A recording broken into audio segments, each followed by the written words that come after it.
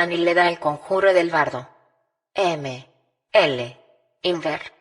Cuando la humanidad vuelva a ser una, la magia regresará al mundo.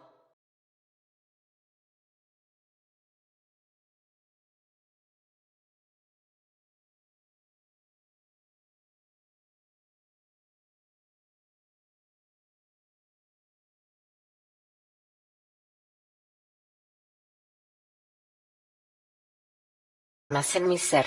Desde los albores del tiempo, el corazón del bardo siempre se encuentra en la búsqueda de la inspiración como alimento y bebida del alma, que proporciona fuerza, valor, conocimiento, sabiduría y perspicacia de la mente y éxtasis al espíritu. Esta inspiración es llamada Awen, un espíritu fluido, frenético, un furor poético, un genio libre, una musa. Awen habita en el espíritu del bardo. Awen habita radiante en los bardos de Anileda. Awen te lleva a contar historias con el único anhelo de revelar el secreto que yace en el alma humana. Fuego y hierba, canto conjurado al viento materializando la realidad única, Awen. Y con ella, aflora la superficie de la vida el disfraz de mil máscaras que oculta la oscuridad del ser. En este libro conjuro, Marcelo se sumerge sin tapujos en este espíritu, desbordando, derramando el fuego frenético y, como un bardo, página tras página va materializando la presencia de Awen. Y en esta espiral de palabras, quizás como un intento desesperado e inocente de mantenerla cerca, Marcelo me recuerda a Yombach, que según el Taliesin, este inocente bebé toma 3 gotas de inspiración preparada por la diosa Seriduen.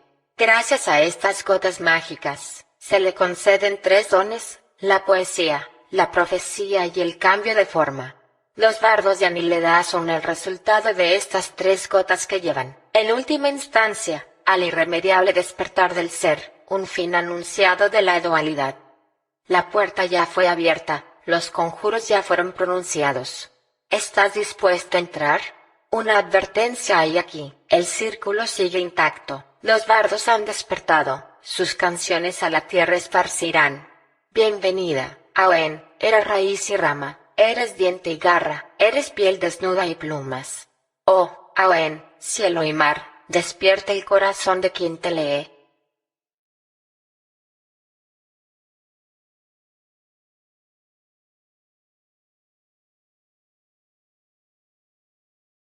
El matriarcado de Anileda.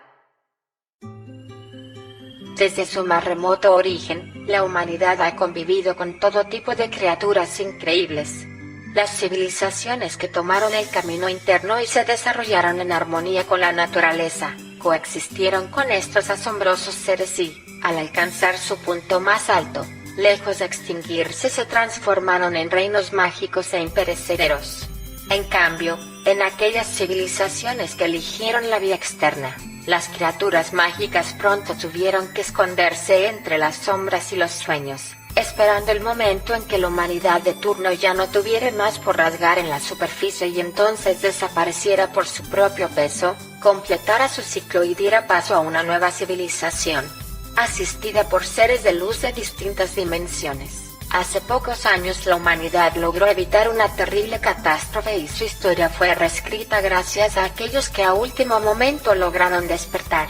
Sin embargo, en una de sus líneas temporales la humanidad eligió ensanchar sus grietas y, tras una nueva y devastadora guerra mundial que devolvió a la sociedad a la era de las cavernas, una rara enfermedad surgida de las viejas heridas entre las mujeres y los hombres, infectó los cromosomas de la población masculina, reduciendo drásticamente su número. Las naciones quedaron divididas y aisladas entre sí por grandes eventos climatológicos y, cuando una nueva humanidad logró resurgir de las cenizas y restablecerse, el hombre de nuestra era y toda su ciencia y cultura quedaron olvidados en el pasado. Así, surgió una nueva civilización construida, legislada y gobernada por las mujeres. Los hombres, convertidos en una ínfima minoría, fueron perdiendo su identidad y empezaron a ser llamados portadores, en una doble acepción que obedecía por un lado a la antigua enfermedad latente en sus venas y por el otro a su contribución a la formación de la vida humana, a través de la cosecha compulsiva de sus semillas.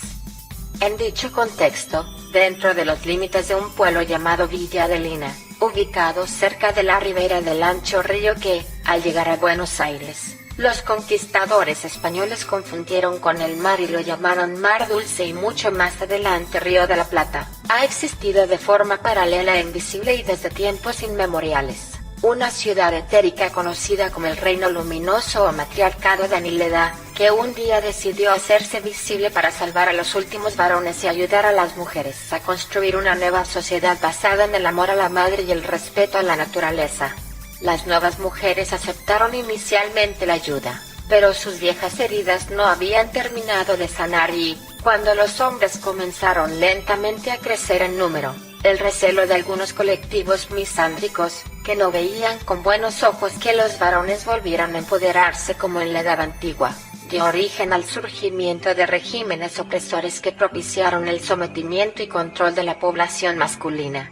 Dentro del matriarcado de Anileda, muchos de los varones inicialmente acogidos eligieron permanecer dentro de sus muros y adoptaron el camino de Aohen, el bardo original de estas tierras que impulsó la idea de hacer visible el reino luminoso.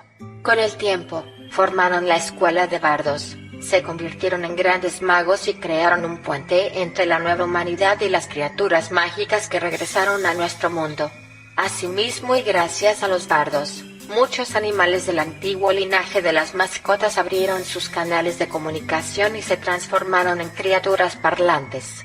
Entre sus tradiciones más célebres había una pintoresca celebración nocturna, iniciada originalmente por la legendaria reina Anileda y el bardo Aohen, llamada la picada nocturna, para ayudar a sanar las viejas heridas entre hombres y mujeres.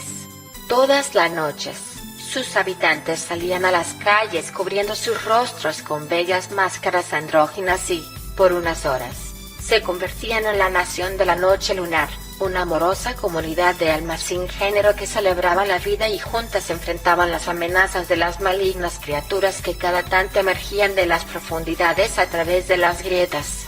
Pero el día en que murió Atrim, la matriarca de los 1000 años, los recelos de la nueva regente, influenciada por las modernas doctrinas misándricas y el rumor de una inminente invasión, agitaron los viejos fantasmas e hicieron despertar a una innombrable entidad de tiempos antiguos que regresó para infectar nuevamente los corazones de la humanidad.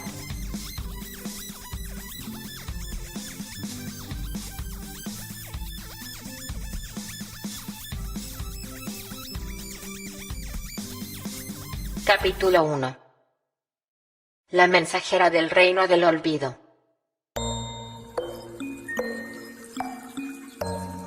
El crepúsculo ya se había convertido en noche bajo las espesas copas de los montes Engoluo cuando la fatigada mensajera logró atravesar el peligroso sendero de Enolor y finalmente logró cruzar el arroyo Lenut arrastrándose hacia la orilla.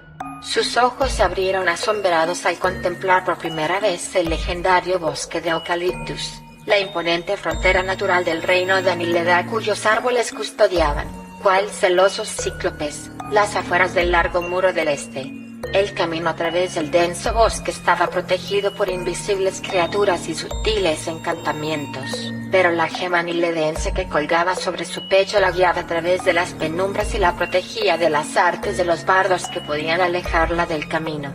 Aún así, sintió que algo no estaba bien y apretujó la piedra brillante en su puño derecho con tal fuerza que sintió dolor en su mano. Faltaba poco para llegar a la mitad del bosque y la mensajera avanzaba con cautela, procurando que cada una de sus pisadas hiciera el menor ruido posible, preocupada por el aullido lejano de un lobo ferino errante que parecía saber de su presencia ajena a ese bosque. La enviada echó de menos a quienes la acompañaron al principio del viaje. Habían partido eufóricas desde el reino del olvido y estaban expectantes por conocer el majestuoso reino luminoso, aquel donde la magia estaba más presente que en ninguna otra parte del mundo. Asimismo, sabían que el éxito de la misión era de vital importancia para la supervivencia de todos. Pero la mala fortuna las acosó durante la travesía. Su embarcación, el Subeokup, naufragó en medio de una terrible tormenta y solo una de ellas alcanzó la recta final, cargando a duras penas tan pesada responsabilidad. Al llegar a la parte más profunda del bosque, La oscuridad la rodeó de inmediato y la única luz a su alrededor era el ya tenue resplandor de su gema encantada. Los aullidos sonaban cada vez más cercanos y la mensajera aceleró instintivamente sus pasos. Su respiración empezó a agitarse y, en el apuro, tropezó con las raíces de un viejo eucalipto y sintió el sabor del polvo dentro de su propia boca. El fuego de las antorchas de las centinelas en los muros ya podía distinguirse entre las copas de los árboles y, cuando creyó que ya estaba a salvo, un viento pesado, extraño y repentino, se levantó dentro del bosque y, junto a este, despertaron los ecos silentes de las ánimas errantes y los murmullos de las criaturas que reptaban desde las profundidades. Su piel se erizó y, presa de un pánico incontenible, comenzó a correr hacia el muro y, al mismo tiempo que empezaban a sonar las campanas de la torre red anunciando la última hoja de la nocturnidad, una ráfaga lacerante de viento macabro pasó junto a ella y giró a su alrededor hasta envolverla con una lúgubre densidad que parecía absorber todo el aire en torno de ella. La joven sintió que el miedo le infectaba hasta sus huesos y cayó con todo el peso de su cuerpo sobre sus propias rodillas. Se quitó la máscara que cubría su rostro e intentó respirar hondo. Su mirada reflejaba el más profundo horror. Su corazón latía con violencia y las lágrimas empezaron a brotar de sus ojos con desesperación incontrolable. Entonces, unas oscuras figuras que la habían estado acechando desde las copas de los árboles desde el primer momento en que había puesto un pie en el bosque, bajaron a la superficie y se pusieron a bailar en círculos a su alrededor, dando pequeños saltos y emitiendo extraños chillidos. Curiosamente, la bizarra y bulliciosa danza permitió que la mensajera recuperara un poco su aliento y, juntando todas sus fuerzas, logró ponerse de pie. Sacó una pequeña hoja de su bolsillo, trazó rápidamente la palabra luz y empezó a cantarla en la lengua de los bardos. Pero su voz era temblorosa y carecía de la voluntad inquebrantable para un encantamiento, así que tras un momentáneo y tímido destello, el viento de oscuridad volvió a inflarse por encima de su cabeza. La joven volvió a desplomarse y esta vez ya no volvió a ponerse de pie. La sombra aumentó su tamaño y rompió el círculo de los misteriosos danzantes, que huyeron chillando despavoridos. Cuando ésta se alejó, un enorme lobo felino se acercó con sigilo hasta el cuerpo inerte de la infortunada muchacha, apoyó su hocico en su pecho y, tras comprobar que su corazón ya no latía, lanzó un tétrico aullido y volvió sobre sus pasos en dirección al fondo de la legua.